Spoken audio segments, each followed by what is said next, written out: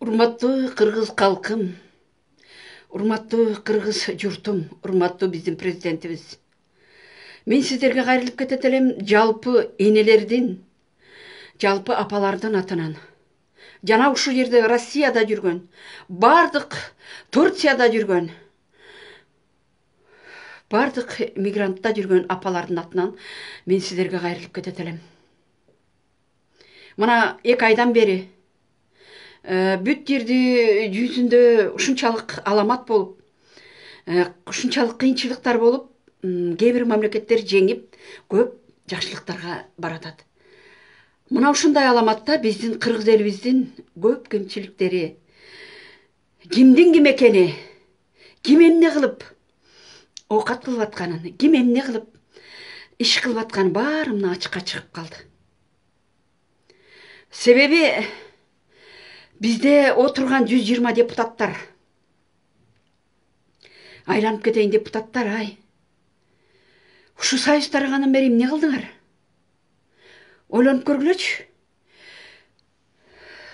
Кыргызыма Кудай Таала кенедей, бирок ушунчалык берекелүү, бардыгы бар. Бизде алтын да бар, бардыгы бар. Ырыс кешиктүү жерди берген. Ошо жерлер эмне болуп баратат? Ошо жерлерде сиздер иштетип атасыңарбы? Кудайым берген жерди эл үчүн, журт үчүн иштетип, завод, фабрикаларды куруп, бир нерсе кылып атасыңарбы? Жок. Баары сатылып, тонолуп, жоголуп кетип атат. Аны айтайын десе коркушат. Себеби ким ачык сүйлөсө, ким чындыкты айтса, көлгө чөгөрүп ийесиңер, же машинеге тебелетип өлтүрөсүңөр, же болбосо түрмөнүн түбүнө камап саласыңар. Калппы? Жатат го Садыр Жапаров. Чындыкты чыркырап айтам деп жатат го. Ошон үчүн элим коркот чындыкты айткандан. Эптеп эле оокатыбызды кылып жүрө берели деп, эптеп ооздорун басып жашап келатышат. Бирок чындык бар экен. Мына чоң казаттын балдары айланып кетейиндер, чыгып атат. Силерге Кудайым өмүр берсин. Силерге Кудайым ден соолук берсин. Бирок корком. Мен энемин да, коркуп кетем. Бирок силер коркпогула. Чындык бар. Жанагы жеп ичип аткан, жанагынчалык миллион, миллиардты жеген депутаттар эмне өлбөчүдөй болобу? Жаманчылык көрбөчүдөй болобу?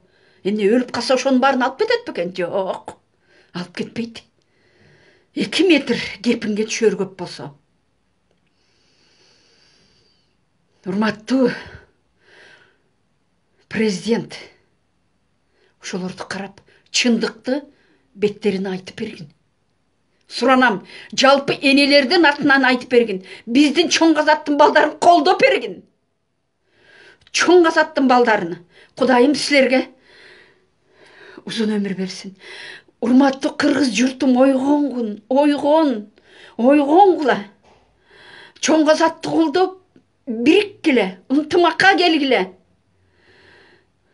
Ынтымактуу болсоңор, бириксиңер. Ошо элдерди, ошолорду, жебчерлерди жеңесиңер. Билбесем болот эле, көрбөсөм болот эле. Канчалаган могу жерде кыргыздын балдары, жаш кенедей балдар, кыздар орустардын бугун жууп, тазалап, кара жандарын карчырып оокат кылып атышат. Канчалар түрмөдө жатышат, канчалаган биздин балдар. Ошону эмне үчүн ойлобойсуңар? Урматтуу биздин депутаттар жана биздин президент. Себеби силердин балдар эки жакка тентип иштебей эле жаныңарда жыргап жатышат. Ошон үчүн силер ойлогон жериңер жок. Канчалаган балдар жетимдей болуп, тууган уругуна таштап, ата-энелерин жылдап, 10 жылдап, 5 жылдап көрбөгөн кенедей балдар жүрүшөт. Атасы ким экен, ненеси ким экенин билбей. Аны да ойлогон жериңер жок. Ойгонгула кыргызым. Манас атабыз таштап кеткен, манас атабыз берип кеткен Кыргызымдын жерин эч кимге тарттырбагыла, малай кылбайбыз. Биздин балдар малай болбош керек. Ошон үчүн 24-жыл жакындап келатат. Жанагы жебичерлерди кусургула. Өздөрү уялбасаңар, Кудайдан корсоңор, жебичкениңерди элге бергиле. Мамлекетке өткөрүп карыздан кутулткула. Урматтуу энелердин атынан суранам. Жалпы энелердин атынан ыйлап, боздоп суранам. Бириккиле. Ынтымакка келгиле. Ынтымактуу болсоңор, бириксиңер. Бирдиктүү болсоңор, кыргызым эч качан жоголбойт. Биз жеңебиз. Биз силерди дайыма колдойбуз. Урматтуу чоң казаттын балдары, айланып кетейиндер. Силерди артыңарда кыргыз деген эл бар. Манас атамдын урпагы бар.